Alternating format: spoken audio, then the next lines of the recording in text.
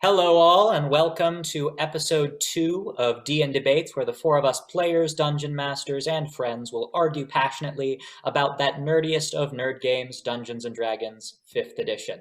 By way of introductions, I am your moderator tonight, Scott Gilman. I'm Corey Lee. I am Jake Stemmons. I am Amanda Sharkey. Last names this time. In terms of structure, just a quick reminder, we have a moderator and 3 debaters, 3 rounds of questions, and we are trying something new with variable times for the opening statements based on the nature of the question.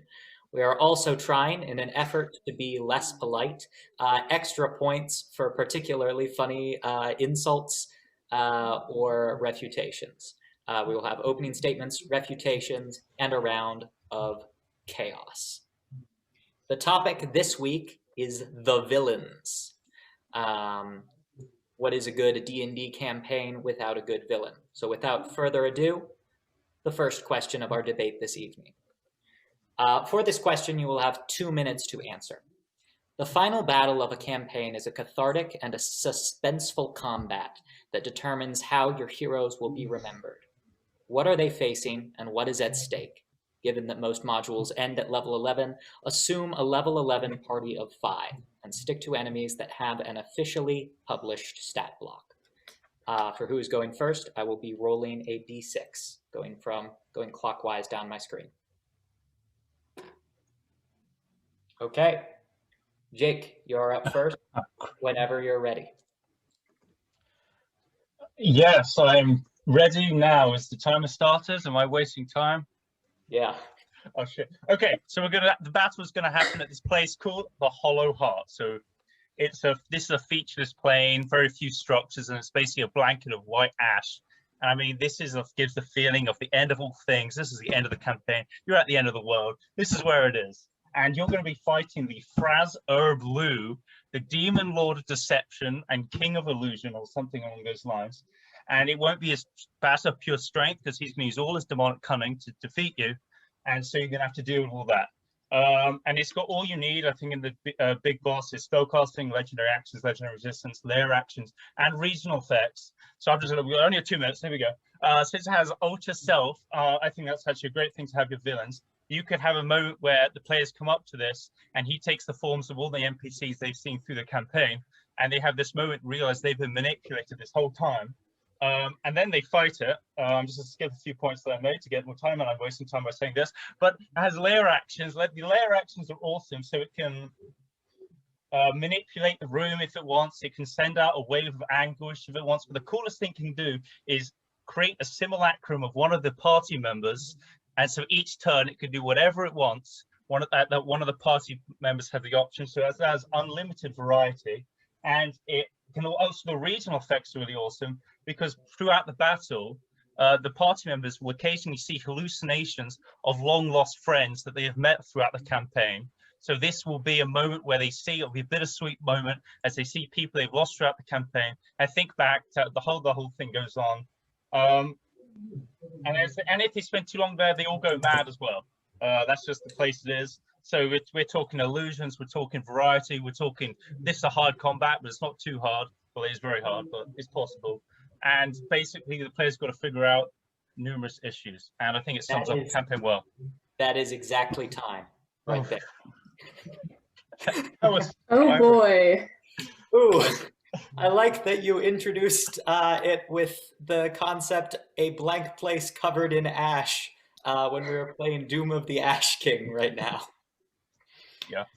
All right. And for our second person, that'll be Corey.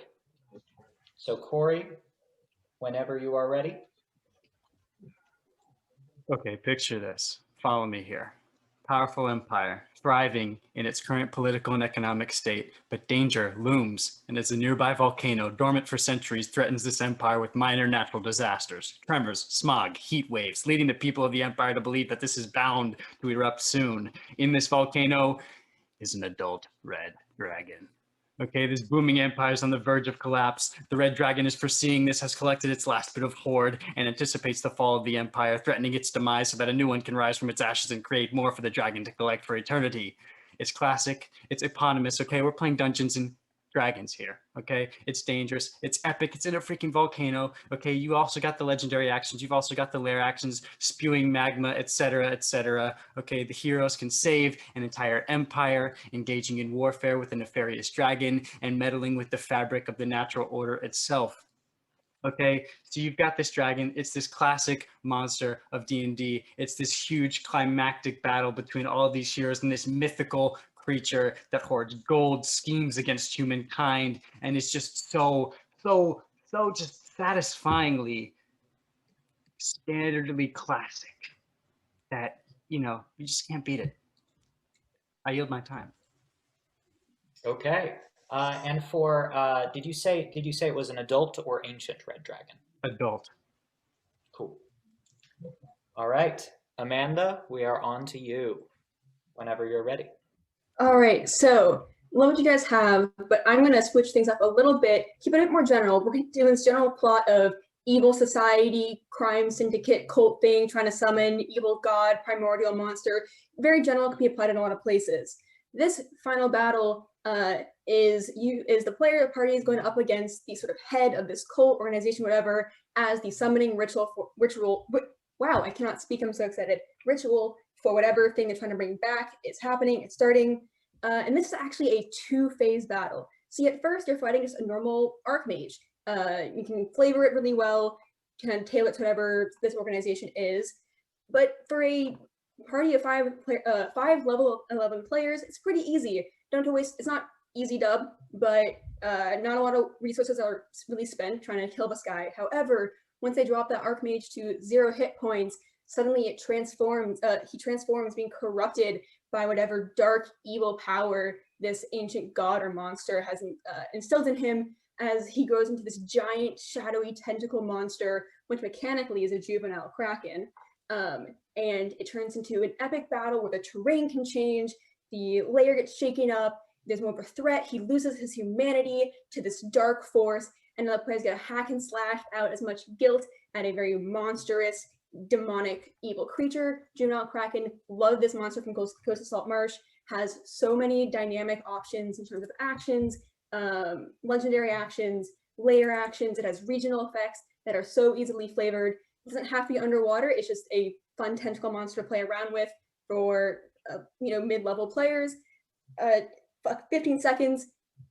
It's very cool, very fun. Also having two phases. It's like a video game. What video game boss is just one single guy the whole time? Nothing. This is more fun, engaging, and dynamic. And time. 2 seconds off, or 2 seconds till completion. All right, so having heard everybody's opening statements, we can now open the floor for refutations. Nope. I'll tell you something. Scott, No, I appreciate you mentioning. I appreciate you mentioning the incentive. The incentive to throw hands. You don't have to incentivize me, Jake. I'm speaking. No, I'm Jake, speaking. No. Scott decided who's speaking. No, I'm going. Corey, man, love it. I know it's classic. So boring. Dragon fight. Yeah, I it's agree. one dragon. Wow. No, it's great. It's classic. 5e dragons are a big sack of hit points. That's all they are. Wow. You got the layer action, but what else? It's it's just a dragon. But at this point, players are expecting more. If you're in Dragons a campaign can be that characters too. If you're in a campaign that makes it to level 11, which by the way, all campaigns either start at start level 1, end at 5, or starts at levels 4 and 5 and ends 2 sessions later because people can't get together. If you've made it to level 11, you do not want to just fight a dragon. There should be more more at stake, more involved with the players. It's classic but boring. I'm sorry, that's how it is. On that argument, I think your two-phase battle suffers the same problem. You're right, Archmage is too early. It is going to die in 1 round of combat. It's going to get obliterated. And then the same is true for Juvenile Kraken. I mean, yeah, it's lair actions, but it doesn't do much. It's kind of an easy combat. It's got, 200 hit points, 16 AC. It doesn't do much. Where is the links to the rest of the campaign? This is the ultimate climax. This is the ultimate climax. You need to make the links to the rest of the campaign. This is just some big sea monster. I mean, say what you want to that. In mine, there are also stakes. There are stakes. The players enter this final battle right as the summoning ritual has begun. If they don't kill these things in time or stop it in time, shit will go down. And honestly, there's room for more play moment there. What do you have to sacrifice a player in order to, get the evil god to not come back? Or if it's too late, what happens then? There's so much room for flavor and customization. I get, Jake, with yours, it's all right, it's great, but it's still one dude just fighting one guy. And yes, there's like Is it? There's a simulacrum per turn, which is basically an enemy that will have the options of all players that they can do different ones each round. I mean, isn't that infinite number of variety? Look, Jake, that argument is almost as hard to follow as the encounter itself. What is happening? I feel like it's just such a hard thing to understand that your players will be more confused and like distressed about in this encounter I'll explain what happened. Than fighting it itself. There is this one demon, right? There's a demon, and it's your typical demon. It can hit you, but also with spells like this Archmage here. But it's got cool spells. You can make them have nightmarish visions, so they take some psychic damage. I think it spells Phantasmal Killer. And it has other illusions that can make players distracted. And while this has happened, the DM can say, "Oh, over there you have a glimpse of this old friend of yours," and that's just kind of the vibes of the whole place. And throughout this combat, as they're fighting this demon, they're thinking vibes back. Of the whole place. It's a white blank space. It's not a white. You can take out your piece of grid paper and be like, "This is it. This is what this terrain looks like." It is a white base. Well, isn't that the feel of the end of all existence? Ashen field. You have the occasional buildings that are in this place. There is an occasional building here and there. Oh, so there are buildings now. Okay. Interesting. Before, if you look up this place, I'm describing as described in the Dungeon Master's book. It is like that. There are occasional buildings, but I don't think the buildings even need to be there to get the same feelings. I mean, where are you going to get stakes if you're just in this kind of barren wasteland of nothingness? You're already just kind of there. Like, what are you saving at that point? You're just there fighting to fight, right? That's where the alter self spell comes in, because the players have been manipulated to come here and they are bringing, this is the whole thing, they are bringing this creature, they've somehow tricked to bring him this staff of power, which canonically, according to the book, is what this demon is seeking. And if you think this is too complicated, the final encounter should be complicated. This is the ultimate encounter. This isn't just a random encounter. So if this is anything like the campaign you're running now, possibly the Ash thing especially, the players will know that the BBEG has powers of deception and can change their appearance. So it kind of lessens the effect of that. They know to expect, okay, if this thing transforms into my best friend, probably not my best friend. Well, I mean, that's just up to the player's perspective. If they're tired of that, then so be it. But I think this would be bringing together. This is probably a campaign where this kind of deception is big, and that would kind of be. It has to be there. If that's how the campaign's been going, there has to have hints of that at the final battle. I'll also say this, Jake. I understand that you want to have a complex encounter and the final climactic battle, but here's the thing. At the end of the campaign, the PCs, especially the very last session when you're fighting the last enemy, okay, your players should know what they're like about to get into, okay? This is like classic, you're just battering down the hatches, defend the castle, defend whatever, attack the final battle. You got to know what you're doing. They do know what they're doing. If they fail, then somehow this demon has a way to destroy the world. I mean, that's up to the campaign, but this is more focusing on the battle. All of ours has that. All of us is like, hey, kill this guy or the world is destroyed. Yeah, so what's your point that mine doesn't have a point? That they don't have the purpose? It's so isolated from the rest of the world, though. At least with Corey, it's like the volcanoes threatening this empire. At least it's like in the actual. So, but you've probably fought probably hundreds of battles in the same world. This has got to be unique. It's boring. It's an ashland.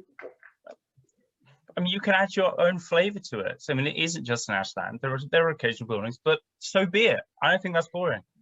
I think that gets the idea of that this is a desolate waste landscape, and it kind of gets the players the idea. If we fail, this is what our world will become.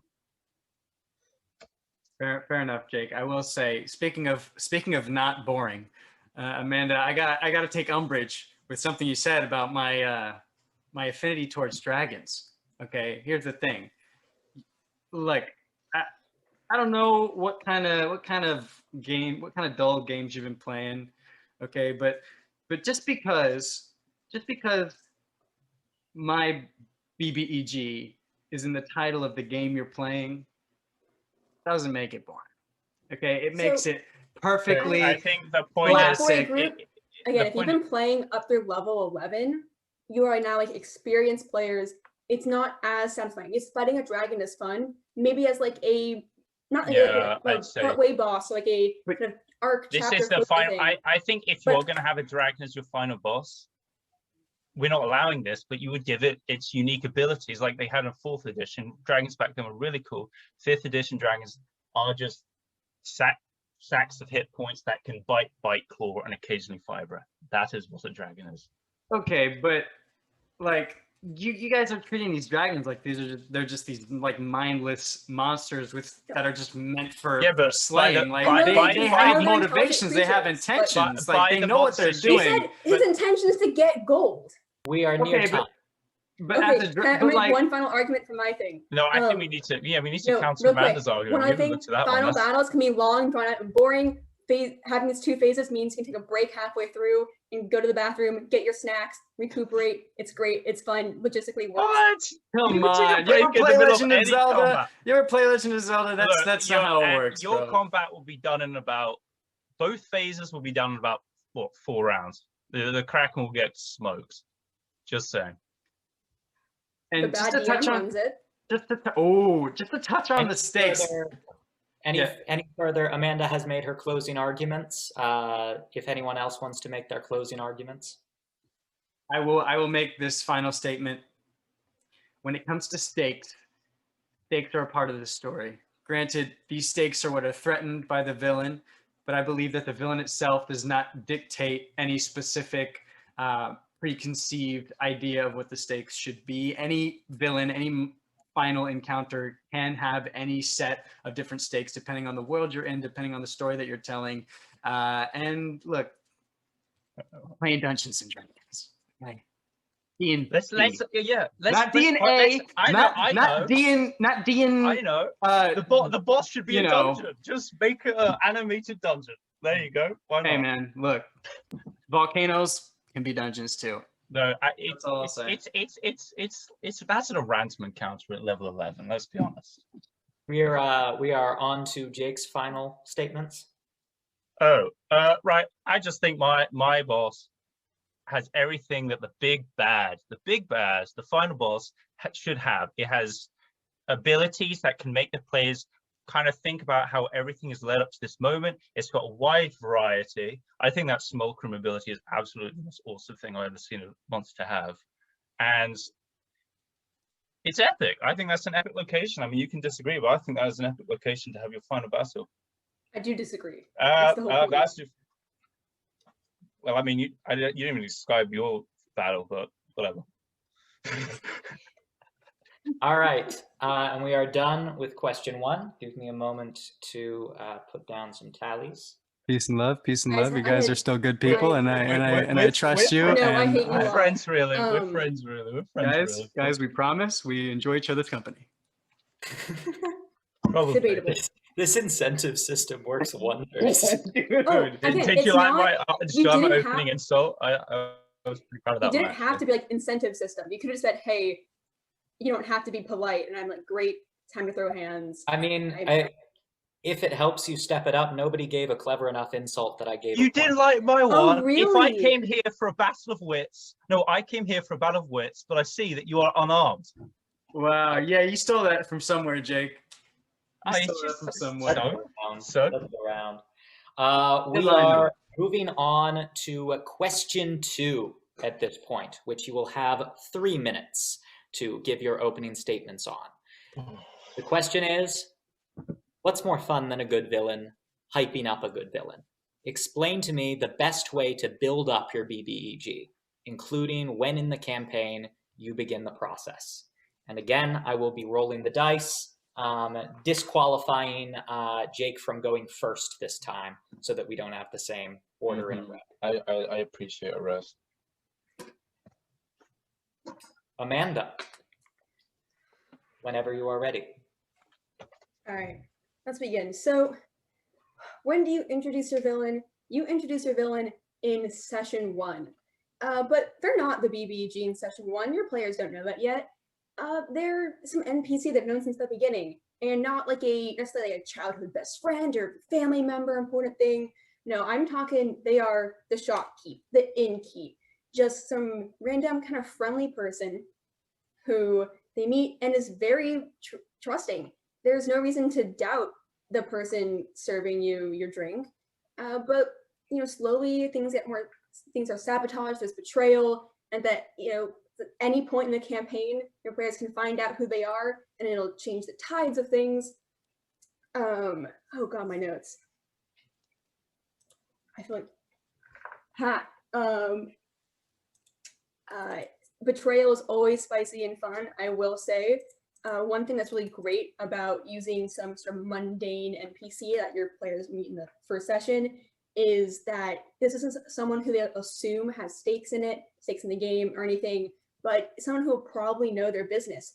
The tavern keep and bartender probably overhear what goes on, and if you have the starting a tavern scene, they're like, oh, interesting, there's things happening here. It's so unsuspecting, very cool, and keeps them on their toes.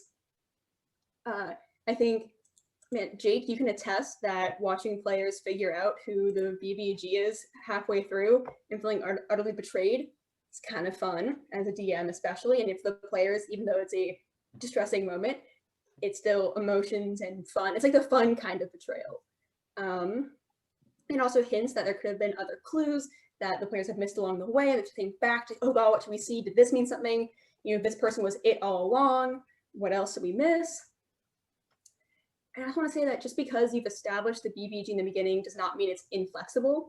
As a DM, actually knowing who they are from the beginning and right away means that this NPC can be more dynamic and reactive and act more realistically based on what the players choose to do. You don't have to retcon things or justify certain actions or behaviors later down the line. It's all right there and slowly building up to some climactic, end of second act thing. That's all I actually want to say about that for now. 3 minutes is a lot for that. We are at 2 minutes and 30 seconds. All right. All right, some good points made there. So, Jake, 3 minutes. Can you contain yourself? Get ready.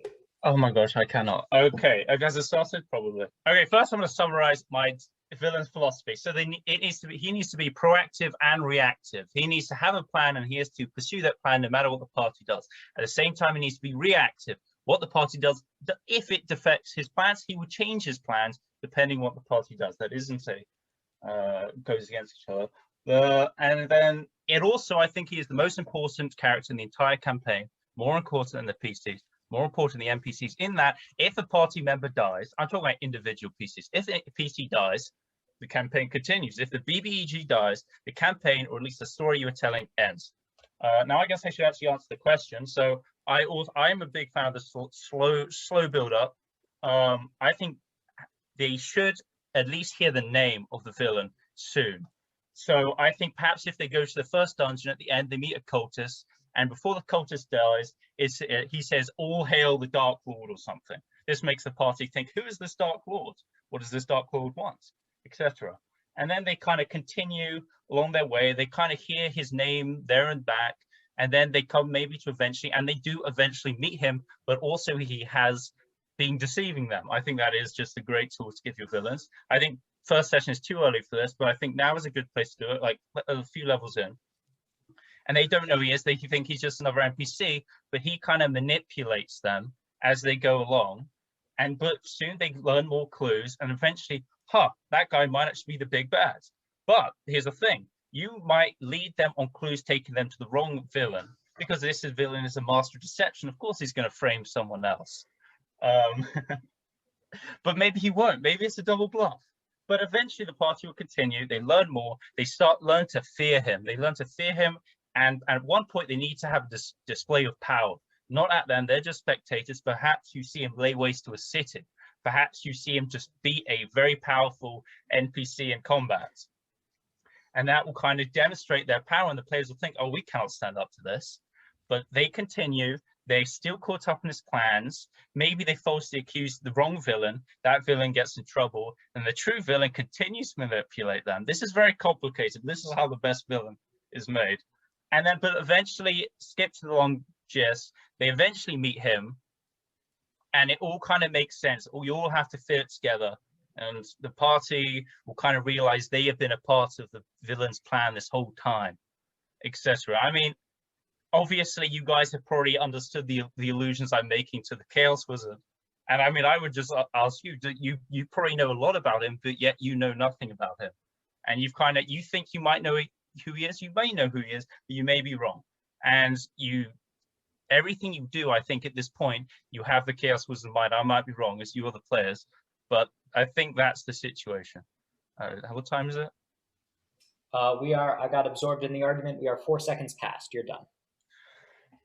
Disqualified. Went overtime. Disqualified. Immediately. No, that's moderator's fault. That's moderator's fault. I'm joking. All right. I time myself. I know my time too. Corey, whenever you are ready.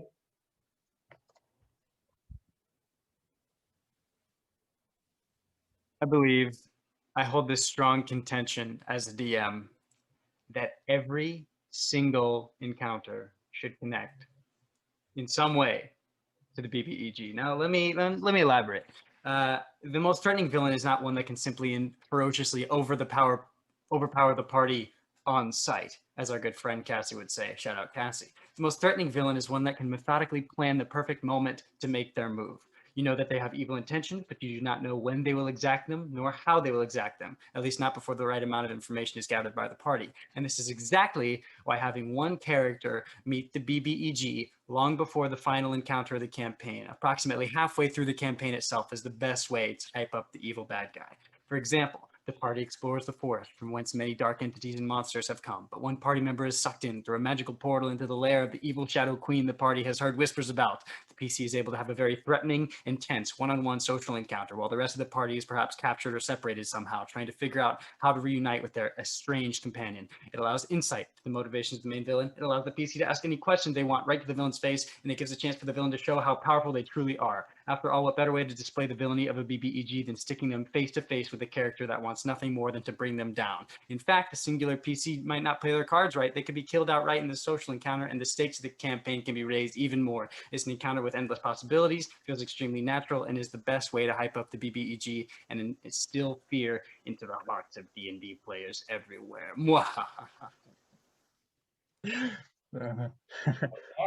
A concise argument made with 1 minute and 30 seconds on the clock, or just a little over. That's fair enough.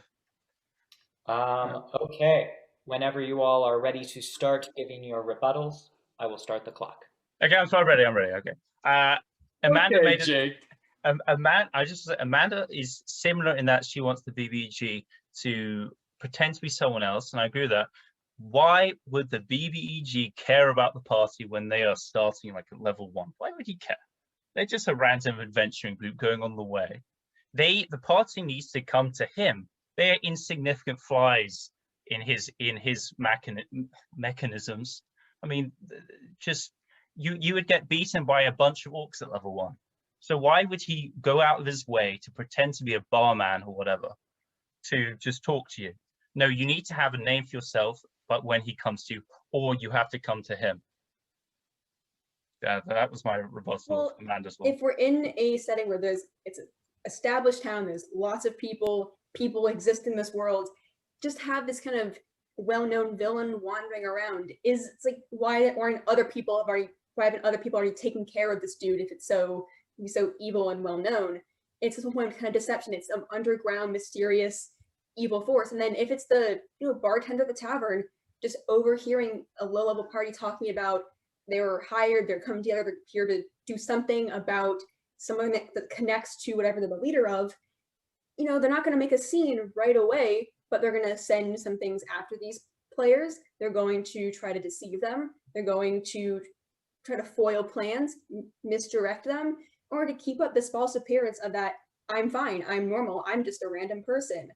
And I think slowly building that's the trust. role. That's the role of a subordinate to the BBG. I just don't think it depends on the BBG you're creating. But if this is the BBG looking to take over the world, I do not see him just hanging around in a tavern looking at rumors.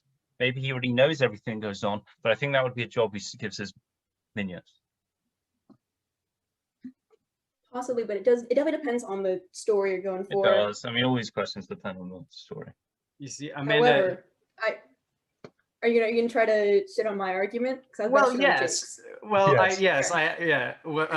yeah. So, Amanda, I don't dislike the idea of hiding your BBEG in plain sight. I don't dislike that idea. However, again, like we just said, it kind of depends on what you're going for with the campaign. But really, Amanda, what I think you've done is you've just written an episode of Scooby-Doo. I mean, pulling the mask off, Jenkins, like old man Jenkins. Oh, why you meddling adventuring party? It wouldn't have happened without that little pseudo dragon of yours. Is Scooby-Doo bad? It's a pretty successful IP. It's what I'm saying. But like, look, besides old man Jenkins, name me one villain from an episode of Scooby-Doo that's memorable. Okay, like I get it. It's a good reveal. It's a nice little carpet pull. Scrappy-Doo. Scrappy-Doo is like he was a morally ambiguous anti-hero. I don't really know about last Scooby-Doo thing I watched was like the Scoob movie, whatever the more recent movie was, and I think it was, I forgot who the actual villain was, but they definitely was like they pointed the mask and it was Simon Cowell at one point. So now I'm like, Simon Cowell? What is this argument? He was a memorable villain long before Scooby-Doo. Guys, we're all over the place. Look, my point is, I think it's a really nice trick, nice gimmick to have a BBEG right there, in front of our face the entire time. But the thing is, like, it's just kind of, you really have to work it in very well. And I think it would be hard to do that with someone like, an innkeeper, a bartender or something so simple that it doesn't really give off a villainous vibe. Yeah, I mean, it's just one of those things. You know what? It's a good position for this. Someone in political power, because they have a reason to be disguised. They will be manipulating other political powers for their own means. Well, his thing, I'm glad. Again, I might be throwing off. Corey, I'm glad both of you guys think this way, because we do start session 1 of our next campaign tomorrow. Wow. And this town is full of very it fun, depends on the campaign. NPCs. Your campaign is only, I don't know, you said it was a short campaign. I mean, I'm talking about a long campaign.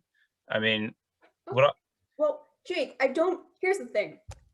You started off with your philosophy, which I, off the bat, have some gripes with. Okay, so the BBG has to be proactive and reactive. Yeah, so does literally every NPC in your game. Everyone should have a motivation. No, yes, but it needs to be more complex.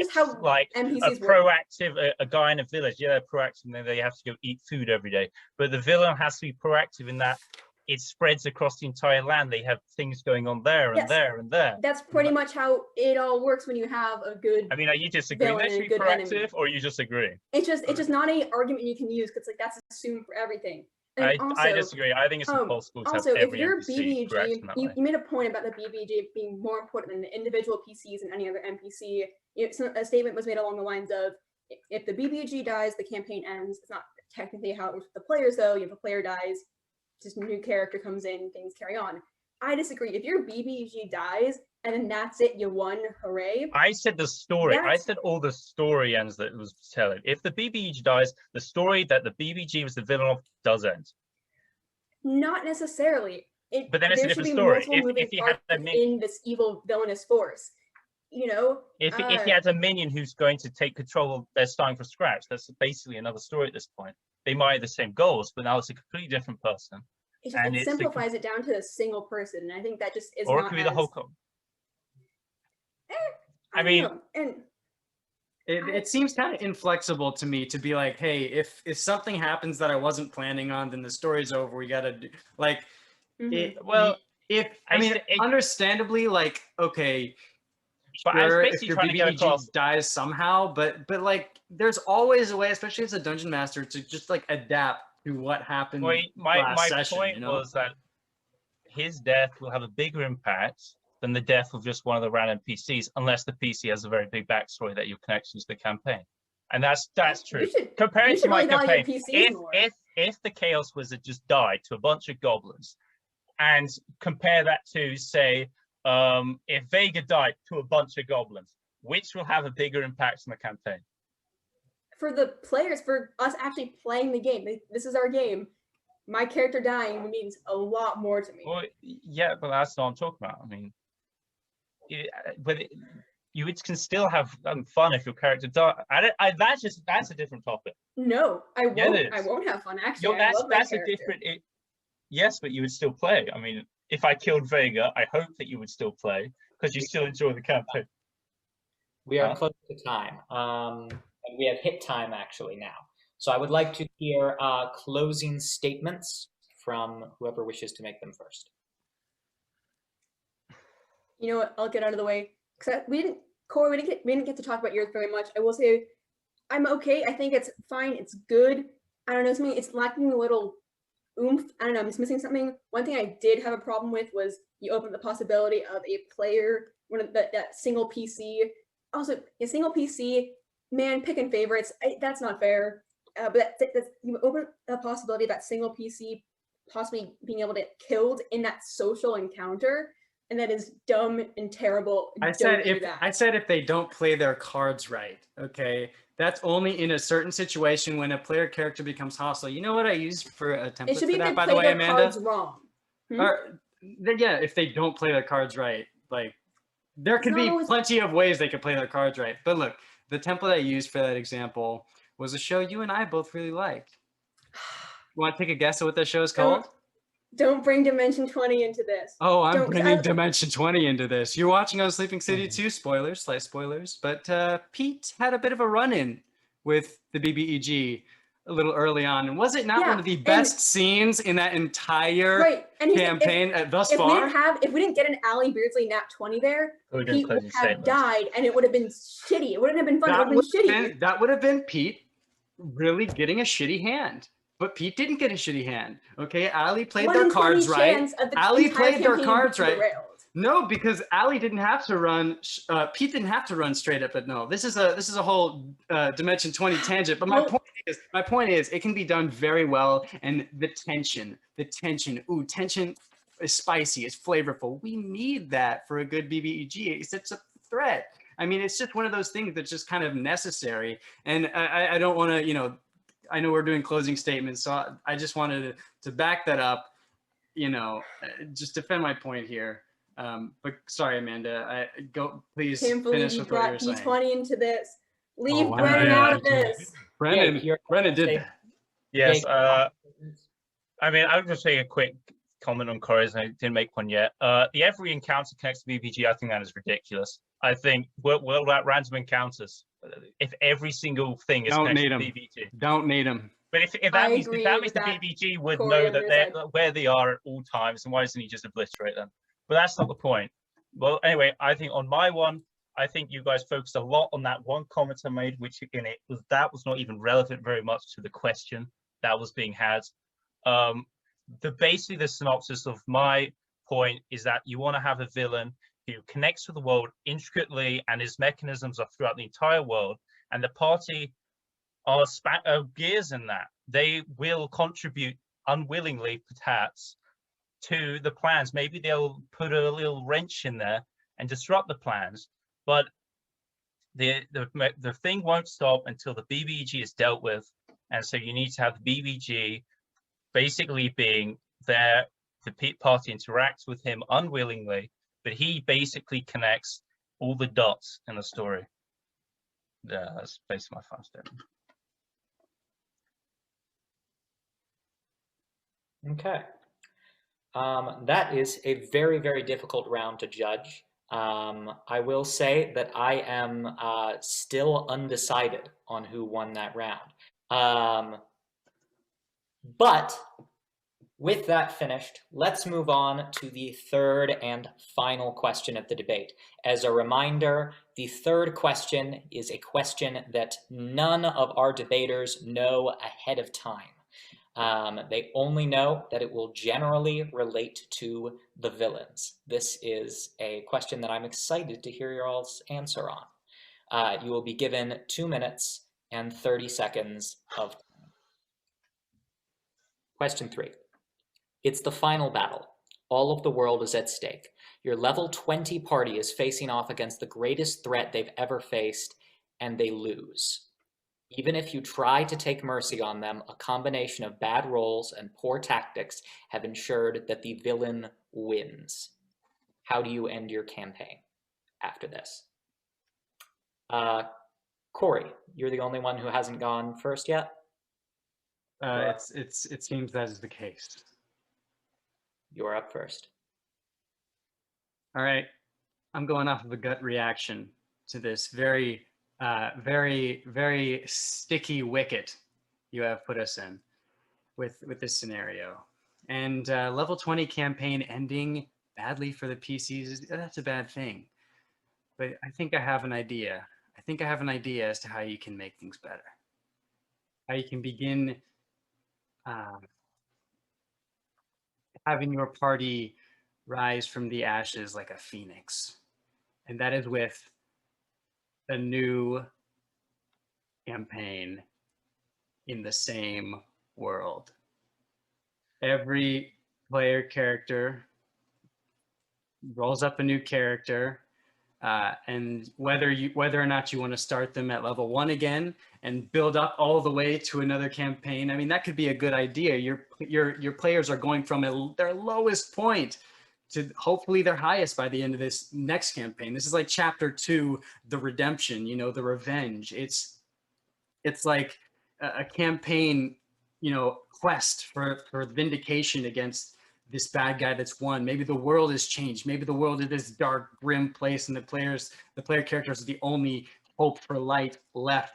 Period. Maybe there's some legend of the previous party of the same players, but with different characters, that now they can come back as new characters and avenge their fallen counterparts that they all had just sort of suffered. I mean, that's kind of a baseline concept, but basically the PCs lose at level 20 in their final encounter. What you do is you set them back, but you give them another chance with an entire new other campaign set in the same world with the same villain, but make it dynamic and different enough to where it's not monotonously the same. And that's pretty much, that's my argument, my standpoint, how I would do it. Amanda, you have not gone second yet. Okay. I'm pulling up my own timer because I'm smart about this. And okay, so here's the thing. If you've made it to level 20, you just cannot let your players lose. Yes, they can all die, but that shouldn't be something that means they have lost. I think a good way to term this is, even if it's just the dice and you're that DM who is like, I am just a manipulator of this neutral force of randomness and chaos, whatever, you're at level 20, you can't let them just die and lose. Too bad, so sad. I think turning their deaths into sort of like making them martyrs, and like, hey, in this sort of epilogue, as each of them fall, like, even though they have fallen, the fight is not over. They have inspired. If you're at this point, you must have armies and people on your side and NPCs and companions that you've allied with who are going to continue the fight for you. And even though they've all passed, their deaths have opened this door for a better world and have inspired others to finish this fight for them. And sure, maybe it'll open the door for a kind of next campaign going later on in this kind of post villain world, or a fight against the villain still continuing on. But just, you cannot let them just die and be like, better look next time. It's good to play around with what this villain sort of killing all the PCs or succeeding may be like, but ultimately the deaths should mean something, because to have the deaths like, you lost, you didn't do well enough, whoopsies, is so shitty, especially for level 20 players. You gotta just make them beacons of hope and inspiration. And even if it is this ending monologue, if I know that, hey, even though I died, in the end, my death allowed this thing to allowed others to prevail and allowed others to succeed, it feels a little better and it hurts a little less, because ideally we'd all live regardless, but that can't happen. So the next best thing is to still make it meaningful and impactful, whether that does lead into another campaign or not. That's all I have to say. I have 3 seconds, but that's it. Just make them martyrs. Okay, noted. Jake, you're up last.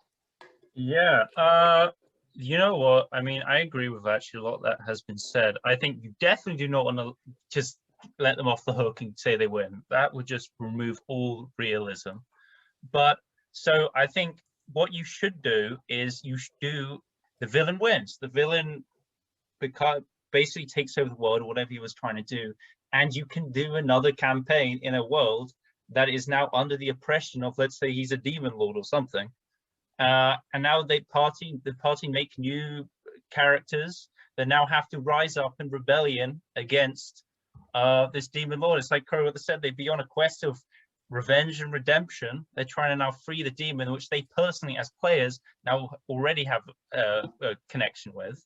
But I think you should go beyond that. That's where I go beyond Corey's. But these party members who lose, I think it would be really awesome if this demon lord who beat them basically resurrects them and makes them evil. I think that would be really cool if the new party members hear about these. Let's say the party was five great champions of evil, and now they have to go seek them out to eventually reach the demon lord. And when they meet the first one, they realize, oh shit, it's Frederick from our party. And now they'll when they kill him, they'll be so happy that, and I mean, these people that have been resurrected, of course, they're not willingly doing this. It's like their soul is entrapped or something. They'll be so happy as they see this PC become happy as he finally passes into death. And then the party will be really pushed on to now free the rest and eventually defeat the big boss. Now, I think what would be an optimal way of doing this is to make these champions of evil like no one actually knows who they are. So like Amanda said, these party members still die as, say, martyrs. They put their legends in this new world that the campaign will be set, but no one knows that they have actually been resurrected and now embodiments of evil that must now be destroyed. I think that gives great connections to the previous campaign, as the PCs from the last campaign will still have a major role in this new one. Just their state will be a representation of how it went badly, how they lost. Close to time. I'm done. All right. So Wow, man, you're not even letting him say Moving- that. Chaos rounds. moving into discourse time, I'm gonna pose a question to you guys. What happens if this was the last session because soon enough people's schedules are changing and they want to have one final moment together? It's been 4 months since they last played. They want to wrap up this campaign before one player moves away, one person gets a job. What happens if you can't start another campaign? You just logistically, schedule-wise, cannot start a new campaign. These are such different scenarios that I do not think you can label one scenario to be best for both. That is not true. If it is the last session that you guys know will ever happen, you need some fulfilling conclusion. I still think that the Demon Lord should win, but like you said, perhaps the DM kind of cuts to a cutscene with the players, like everyone in the world, making some memorial scene to them and kind of hinting that the rebellion will continue. But in the scenario where they will have another campaign, you can do that if you want, but I think it would be really cool if you do go into it as another campaign. Again, these are two very different scenarios, and you cannot label one as being better in both. No, I really strongly think that you just cannot say that one is better for both scenarios. I would also like to say that, hypothetically, yes, that is a possibility. But if these players have been playing Dungeons and Dragons up to level 20, I contend that they probably could go for another campaign. You know what I mean? Like getting a campaign from level 20 is a lot of D&D. And granted, yeah, maybe in some, universe out there, that's like their last chance, sure. But like, it's just as likely in another hypothetical reality that they will also have more time, especially because they already have the time to get to level 20. right? So it's Yeah. like, hey, we spent all these years, levels 1 through 20, assuming fighting this one villain. Time to have a new campaign fighting the same villain, levels 1 through 20. Do it all Well, again, guys. It's just, it's not a the same lot. villain in the one. Now, in my one, they're fighting the previous party members. That is not the same It's villain. the same. Well, it's the same. Oh, well, then, Jake- what's wrong with that? Jake, What is Jake, wrong with that? I'll tell you what's wrong with that, Jake. I'll tell you what's wrong with that. Because these players spent an entire campaign, level 1 through 20, getting all of these heroes, this mythical, legendary status that they felt connection to that's just so cathartic for them. And it was heartbreaking for them to die. Okay, Yeah, and you know what yeah. you're doing? You're killing them again. You're putting salt in the wounds. You're making these players No. kill what was precious to them in the first place. They're characters. Yep. Now the party members have the opportunity to go and free them, because that's surely what they want to do. And this is what would probably happen if they lost to a level 20 villain. You have to stay realistic. He probably has the power to resurrect them. This is Right. probably like a demon And then- god at this point. And then it's hard. I'm like, why can't I just play the character I worked so hard leveling up and got really attached to? Well, no, I mean they can't. They died. That is the point. You cannot go soft. but they're on them. resurrected now. They're alive again. That's why you don't. That's why you Well, only is that- include them as their impact on the world in the next campaign. Like you don't have to physically No, but my retain these point is- characters. You can just have their impact tangible throughout the entire campaign. Yeah, that would also happen because I've already stated that no one would know that they are the same people because no one has seen them probably in this scenario. But when the players meet them, then they would realize. They would not feel shitty until they actually met the first one, when they would soon after be able to free them. And at that level, they would probably be able to go on to the next one. They won't have this 15 levels of feeling shit because they know their characters are out there being evil. As soon as they get there, they're going to have a chance to free them all. It'll only be over a period of a couple levels where they know their old characters are out there. I still have a gripe with that. Both of you guys, your solutions are just to keep playing and start a new campaign. But we're going to focus on what do you do about this ending itself, because that's the other. If you start a new campaign that branches off and builds off of the story we left off on, that's not ending it at that level 20 climactic ending. Yeah, the world is different. The world is ending different. is the beginning. How about Yeah, that? it's You a guys story ever that seen? never You guys ever That's seen so a little? cliche. Yeah, you guys ever seen a little Cliche. unknown fantasy series called Star Wars? Okay, Empire Strikes Back, Return of the Jedi. The ending is so dark and grim. The heroes have lost in Empire Strikes Back at the end. Okay, what happens? What happens in Return of the Jedi? Well, if you listen to the title, you probably know what it is. But my point is like sure, okay, you know, the campaign itself is gone, like it's done, they failed. But like, how nihilistic is that to just be like, you know what, life, right? That's life. You lose. Like this is escapism. We're playing D&D because we love the storytelling. We love the fact that like our characters are these hopeful heroes that have the chance of like besting the evil that's all throughout the world. And let me tell you what's wrong about the ending of your campaign, Amanda. The heroes are martyrs. I get that. You got a nice little twinge of hope, but like I'm pretty sure you said something about like the NPCs, like the armies and the other figures they've met being the ones to kind of carry out their mission. That's like a cardinal sin of dungeon masters, to not let the NPCs be the one to take down the big bad. And that's pretty much what you're doing. Having your like sentient like world of just like non-player characters be the ones to do what the heroes couldn't. It's just kind of like disheartening. Although of course it is like shrouded in this guise of like hope. It's just kind of okay. And then it doesn't have to end it doesn't have to end, you know, with the DM's closing epilogue sort of speech on and he falls. It can sort of be left in the open still, but it can be left in the open. Maybe it does die, maybe he doesn't, the BBEG, but it's that the PC's deaths inspired those still living to continue the fight and to inspire hope. And that's what Jake and I are doing with our campaigns. We're carrying it on. We are at time. Can I hear closing statements from somebody? I'll do it. Okay, so look, this is a tough thing. No one ever really thinks about the concept of, you know, the last session being one that isn't utterly triumphant. and its catharsis lies in the tragedy of our beloved heroes falling. But if you are to right that ship, you know, dice are a mother.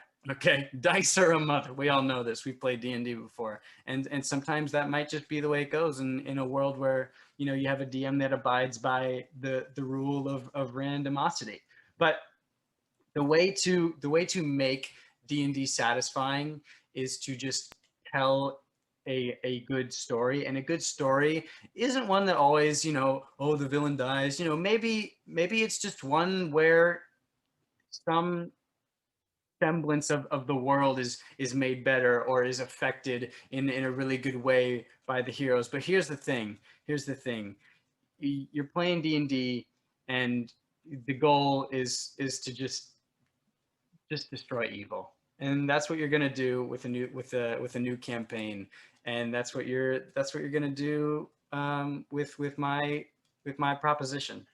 It's just you're ending the campaign, but you're not actually ending. It's still the same essential plot line in story. It's not. It doesn't it's have like, to hey, be. It doesn't you have failed to on be. the first. That's what you guys were implying. I was not implying it was just the same because it's in the story. same world doesn't mean it's the same story. It's I a mean, very that's different all world. up The to the world- DM's discretion.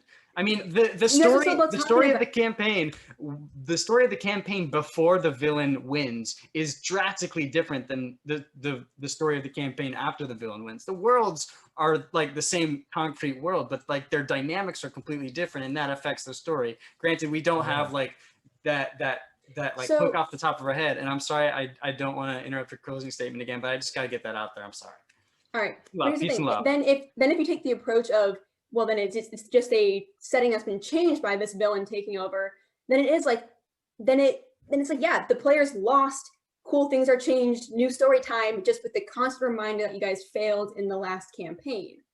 If it's either, there's kind of no way to make that. I mean, it's fine, it's good. I'm not saying it's a terrible way to approach it.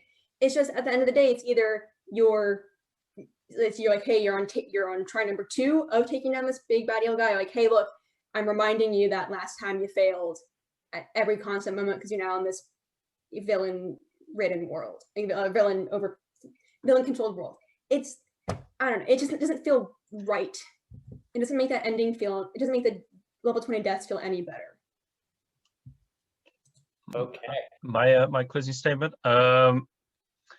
I would just add an idea I just popped into my head. You know, if you don't want to start from scratch, it's the same thing that was going on my idea, but perhaps you can start with already developed NPCs. You can just take over them as your players if you want. Maybe one, if you were level 20, maybe one can just become the king or something. I don't know. Playing developed NPCs that they've already met. But anyway, I'll just leave with this. Think about the campaign that I'm DMing, and you get to level 20, say, and you lose to whoever the big bad is, say the Ash King, Chaos Wheel, or whoever it is. Would you want the campaign to just end and you know that some king just was going to take up the struggle or something? No, you would want to be there yourself to get your revenge. And I think you would, and I think that would be the better ending for it. There's Okay. my closing statement. I have reached my decision not only on question 3 but on question 2 as well. And so I will go down. Would you all like me to start with the overall winner of the debate or a breakdown of each question? Breakdown's fun. Yeah. Yeah, you can do the I breakdown. guess you can only do 2 though, because we've done figure it out. I will say the winners of each question and then I'll Oh, go okay. into more detail after. For the first question, the big bad, at the very end of the campaign, I had Jake as the winner. There were some very well argued points from the other 2, but Jake's was the most complex encounter. I agreed with all of the philosophy behind it, and the variability of everything going on. I thought it was the only one that was a suitable threat for a level 11 party. And so that edged him out in front. For the second round, I also had Jake winning by a very, very slight margin. And for the third round, I had Amanda winning. So for a little bit of a breakdown, Jake won by 1 point. Jake won by 1 point because there were so many extra little points being given out, especially in that second round. Jake, honestly, that second round, as I was deciding it, you just about pulled one over even with the amount of bonus points that I was awarding with those questions. Corey and Amanda, you both tied for second. I want to throw during that first round, I felt so good because there was a significant lack of like arguments against my thing. That's because there was no arguments to have. It was so Good thing. To be fair, to do a little bit of a breakdown for question 1, it went Jake, Amanda, Corey. Corey, you got hella bonus points for your theatrical entrance. It did not compensate for the mechanics, just didn't match up. Fair enough. Well, yeah, everybody. Poor dragons. Bring back 4th edition dragons. Come on, dragons. Yeah, I like dragons, but it just didn't bear out. For number 2, it was Jake, then Amanda, and then Corey. And then for number 3, it was Amanda, Corey, Jake. Don't like my ideas of NPCs coming back as I had you two very close, Jake and Corey. But the thing that won Amanda that round was the practicality of it. Because in all likelihood, starting a new campaign is not a given. And it's not a given that even if you start that campaign, you'll get all the way to the end. So I liked that she addressed that ending as it was. However, it was not enough to pull ahead. It was 1 point too short to pull ahead of Jake's lead. You know, I think unlike in episode 0 with Corey's third question when he's moderating, I didn't have any opportunities to like flatter you, and I should have done that for those bonus points. Great question, Scott. Let me tell you. You know. Yeah, I feel somewhat relieved. I felt like I had pressure that I had to do well in this one. The villains. I mean, again, Jake, I know we're putting you like, oh yeah, because you're all of our DMs, and we have it's high stakes, really threatening. But also, again, keep in mind, I'm also your DM. Scott, no stakes in this game, but again, starting campaign tomorrow. I'm doing my notes, my prep right now, and I've got some very interesting thoughts from you guys, and I'm changing nothing about what I'm preparing. Okay. So. I would especially like to extend this statement once more, especially as the loser of today's episode. That peace, love, and positivity. I still enjoy all of your company, and this was a well fought fight. I mean, Corey, you are the real winner of this episode because your Scooby-Doo comment got the only insult point. Yes, Scooby-Doo. You know what? That's that's all I need. You know, this way we have all now won a debate. Isn't it a balanced system? Wait, not all of us. There's only been 3 debates. I'm gonna win the next one, I swear. Yeah, well, I have the standings. I have the standings going. You know what? I'm very ready to go all game studies on your asses. Like I am about to whip out the circle, agency, affordances. I'm ready to pull out like one semester of game studies. I'm the next one, so yeah. Anyways, Barn I like this. Yeah. Remember, folks, make the villain most appropriate to your campaign. Do it. Question 2 was so hard to call. And Amanda, yours, like I was very close to calling that number 1 because that is something that I have literally done in the past. And it may be something I do in the future, Jake and Corey. Oh, come on Near now. Future. Come on now. And remember, I said no spoilers. I said no spoilers. Okay. So everybody, don't forget to like and subscribe. Yes. Thank you for listening. Who do you think should have won? Oh, yes. Who do you think won? All three questions. Who do you What, think? I mean, what would the your answer's villain obvious, be? but- What would your villain be? How would you introduce him into the campaign? You know, what are your thoughts? Definitely explain why I should have won. Not Jake. Explain why Corey should have beaten Amanda, but I still should have won. Okay, Jake. Okay. Okay, buddy. Mr. Moderator of next. Hey, congratulations, Jake. I hear you're the moderator of next episode. I wish you well in creating the questions, and great job today, bud. Thank you. All right, Thank on that note, good night, everybody. Goodbye. Bye. Thank you.